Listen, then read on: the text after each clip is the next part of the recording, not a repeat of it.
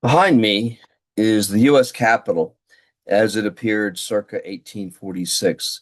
It's a photograph by 1846. Photography had been invented, and the early photographs were being taken, and the technology of photography was being gradually improved. From here on out, photographs become an important um, historical document as well as an illustration of things. You can study photographs carefully, and you can um, you know, learn things in terms of information that's valuable, that becomes part of the study of history, part of what can help you understand a historical problem better. Now, you'll notice that the Capitol doesn't really resemble what it does today. It was on its way toward looking like the way that the Capitol does today, but it was still in progress. And the Capitol dome that you see on top was temporary. Was due to be replaced with the permanent one that we see nowadays. So this is still a work in progress in the same way that the United States during this period was still very much a work in progress. And the reason why I selected the Capitol as the background is because uh, some of the most serious discussions and debates about slavery played out inside the Capitol, despite the best efforts of U.S. senators and U.S. representatives to keep slavery out of the national dialogue and out of the realm of anything that the federal government would have to consider. Because whenever slavery came up, it created a sectional divide between North and South. And even if the issue was eventually resolved, the tensions between North and South each time sort of threatened to tear the Union apart. So, so slavery was really understood to be a threat to the Union from very early on. In fact, all the way back to the Declaration of Independence. So let me share the screen with you.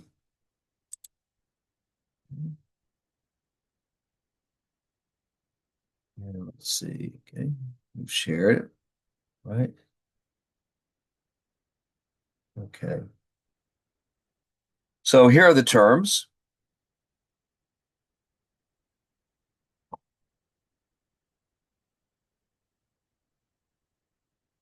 And the first thing to know is that that slavery as a contentious issue crops up as early as the debates on the Declaration of Independence. In other words, this committee consisting chiefly of Benjamin Franklin, John Adams, and Thomas Jefferson, shown here reviewing Jefferson's draft of the Declaration of Independence. When they took the draft to the Continental Congress during the debate, um, a key complaint that Jefferson had lodged against George III, a key charge, saying, here's one of the reasons why we're declaring ourselves independent. Here are the ways in which King George III has exerted a tyranny on us, has misgoverned us to the point where we are justified in instituting a new government, abandoning the old one, and instituting a new one of our own. We're going to exercise the social contract, really basically John Locke's social contract idea of a contract that you could create and that you could dissolve. So, so that's what's going on. And the specific um, issue about this about the slave trade that Jefferson, placed into his draft of the Declaration of Independence is really, quite remarkable. Look at this. He has waged cruel war, and the he here is George III. He has waged cruel war against human nature itself, violating its most sacred rights of life and liberty in the persons of a distant people who never offended him, captivating and carrying them into slavery in another hemisphere or to incur miserable death in their transportation thither. My goodness. I mean, this is a seemingly just a full bore attack on the whole idea of enslaving Africans at all. And this has been something that been done in the colonies for for centuries. There was a British literary figure and a kind of a satirist. His name was Samuel Johnson.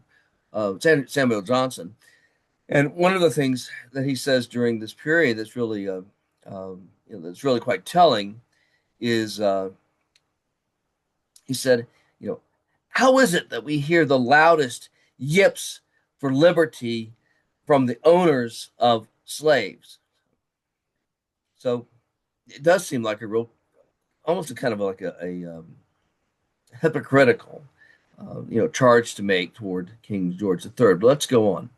This piratical warfare, the opprobrium of infidel powers, is the warfare of the Christian king of Great Britain. So this is what George III is doing. Determined to keep open a market where men should be bought and sold, he has prostituted his negative for suppressing every legislative attempt to prohibit or restrain this execrable commerce. Holy cow.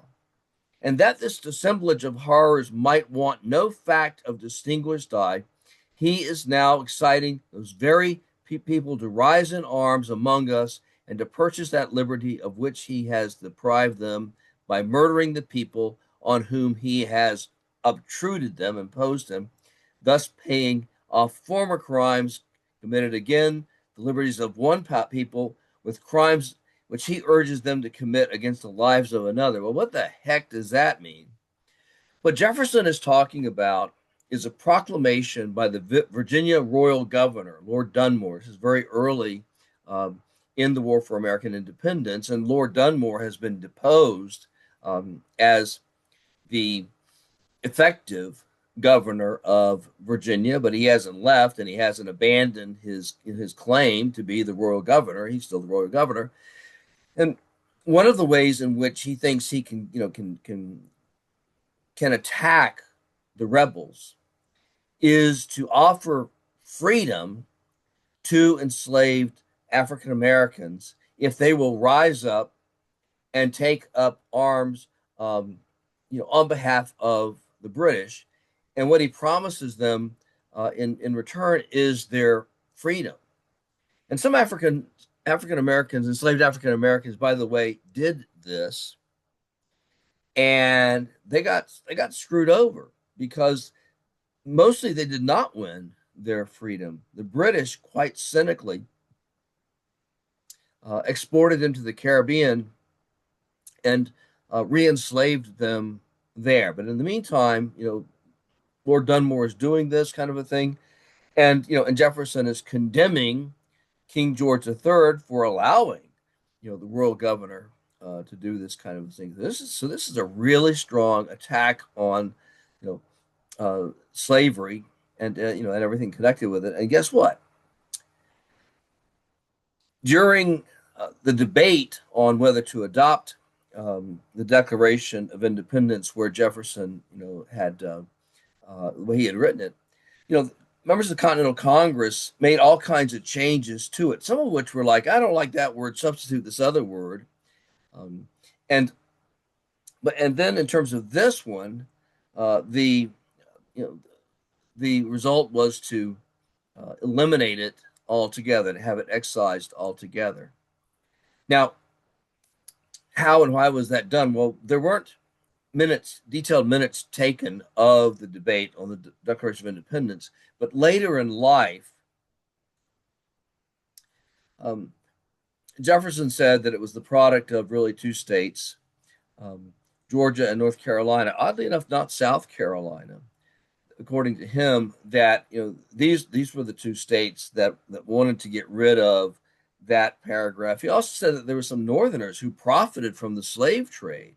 You know, the transatlantic slave trade, who weren't too keen on it either. So it got taken out of the Declaration of Independence.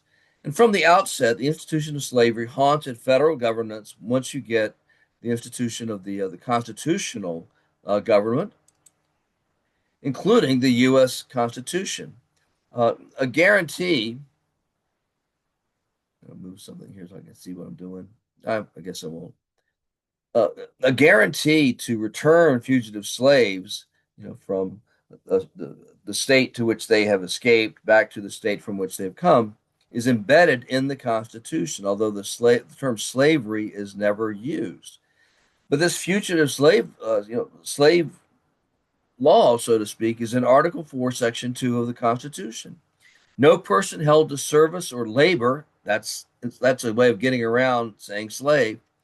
No person held to service or labor in one state under the laws thereof, escaping into another, shall, in consequence of any law or regulation therein, be discharged from such service or labor, but shall be delivered up on claim of the party to whom such service or labor may be due. So, if an enslaved person escapes and makes it on a northern soil, okay, they don't become free. That's the point.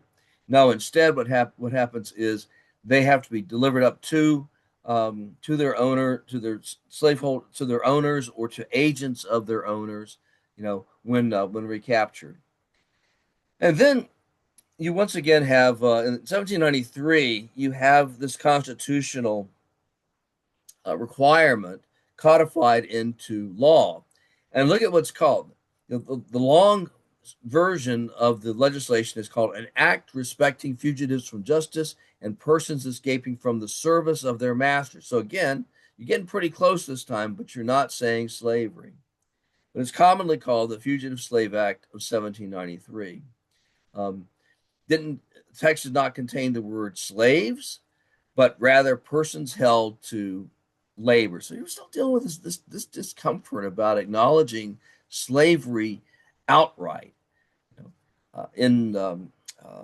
know, in the Constitution, it's there implicitly. It's there implicitly in a couple of other places. The 3/5 compromise, where slaves are counted as 3/5 of a person when computing the population of a state for purposes of representation. So that's another area where enslavement crops up. But the founders are really skittish about putting the word in the Constitution, and that's because the founders, were really uncomfortable with slavery, and and they were hoping that it was going to go away. This labor system would sort of go away of its own accord, that it would die out, that over time it would become less and less necessary. Um, and so at this point, they regard it as a necessary evil. Later on, Southern slaveholders are going to say, no, it's a positive good. It's actually better. Slaves get a better deal down here than laborers get up in the north, because we take care of our enslaved persons. But a person a laborer up in the north can be hired and fired at will. We provide shelter for our enslaved persons. We provide meals for our enslaved persons. A laborer in the north, they can't be secure in having shelter. They can't be secure in being sure that they're going to find enough to eat. So they're basically saying, they're also saying it's a good deal. Slavery is a good deal. It's also, by the way, it's civilizing. You know, these African Americans, they're now African Americans, but they would have said Negro. But the point is, these people were really ignorant when they were in Africa, but now, because they're enslaved, hey, they're being instructed in becoming Christian. They are, learning the customs and manners of civilized people, by which they meant white people. They were not conspicuously not being allowed to read or write. So this is a very selective, um, you know, and self-serving argument, but they're very much there, from a necessary evil to a positive good. Let's go on a little bit. Okay, we'll talk about the first real crisis, though, in history of the United States, the experience of the United States over slavery, and that begins in 1803. France still controls a vast territory, which was essentially, they were essentially claiming all of the Mississippi River basin west of the Mississippi River itself. And what it was really talking about, for the most part, is the basin of the Missouri River, which we now know is the main branch of the Mississippi River. So what we call the Mississippi River, above St. Louis, is the lesser of the two branches. When the Missouri River connects with um, the Mississippi River near St. Louis, it's actually the Missouri River that carries the most volume of water and extends the farthest and so forth. And nowadays, people talk in terms of the Missouri Mississippi River system. How big was this territory? Nobody knew, because they didn't know the source of the Missouri River, and they didn't know the entire part of the basin that the Mississippi River and its tributaries drained. But anyway, for sure, when Napoleon, who was at war with European powers and knew that he wasn't going to be able to ever do anything useful with this land. It was just like, let me just get rid of it, just dump it on the Americans if they want to buy it, and just move on. So Napoleon offers it to the United States in 1803, and quite quickly, a negotiated settlement is reached whereby the United States agrees to pay $11,250,000, to purchase the Louisiana territory, and they were also going to assume the claims of American citizens against France in the amount of $3,750,000. So the idea is, there are French companies and French people who owe money to American citizens. Well, now these French companies and French citizens are off the hook, because the United States is going to pay off their debts for them. So that's the other provision. And in exchange for this, the United States acquired what we now know is 828,000 square miles of land. And when you work that out per acre, it comes to, I have 3% per acre. That's a brain cramp. It should be 3 cents an acre. It's a pretty good deal. Well, the first thing you had to do once you had all of these new lands is figure out exactly what you had. And so in 1804, a military expedition, actually, it was called the Corps of Exploration, was sent out to figure out, just exactly what this new territory that was now part of the United States, just exactly, how far it extended, what it looked like, what the terrain features were like, the people who were living out there, the wildlife that was out there. And the um, the two the two people in charge were men whose surnames were Lewis and Clark. And this is a photograph, or not a photograph. This is an illustration of them.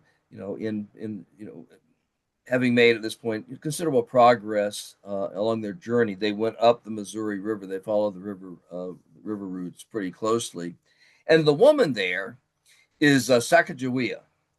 Sacagawea was a Native American woman. Obviously, I can't tell you offhand the tribe to which she belonged, but the operative point is, um, it wasn't so much that she knew the geography of the Louisiana territory, but as the expedition encountered other Native American groups, she was invaluable in terms of being a cultural interpreter, between the two. Um, so explaining to these indigenous peoples, hey, this is what all these white people are doing. They're peaceful. They're just exploring and so on. And then explaining to Lewis and Clark, it's like, well, this is what these people are like. These are their customs. This is what they're telling you. You don't understand their language, but I can sort it out. And she was really an invaluable member of the expedition. It also helped the expedition simply that she was along with them, because the presence of a woman, with this whole group of men, helped to sell the idea that this was a peaceful group of men, and they weren't intent on attacking anyone or taking anyone and so forth. So Sacagawea was just a major figure in this expedition.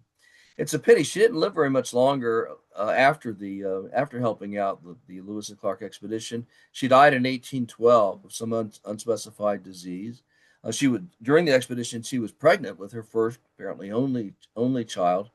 And so after a while, you had Sacagawea and her baby, both acting as kind of camouflage, or or basically kind of a surety, that this expedition was up to nothing bad.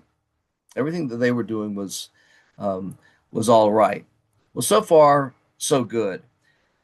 But once the Louisiana territory begins to be explored, territories the territory it begins to be organized into administrative territories in the same way that you had the Northwest Territory that was then divided into the Ohio Territory and then the Indiana Territory and so on. And of course, being an administrative territory was a prologue to becoming a state. And once you begin to carve out states from this Louisiana purchase, that's when the political problems began. And we'll look at that in the next part of this presentation.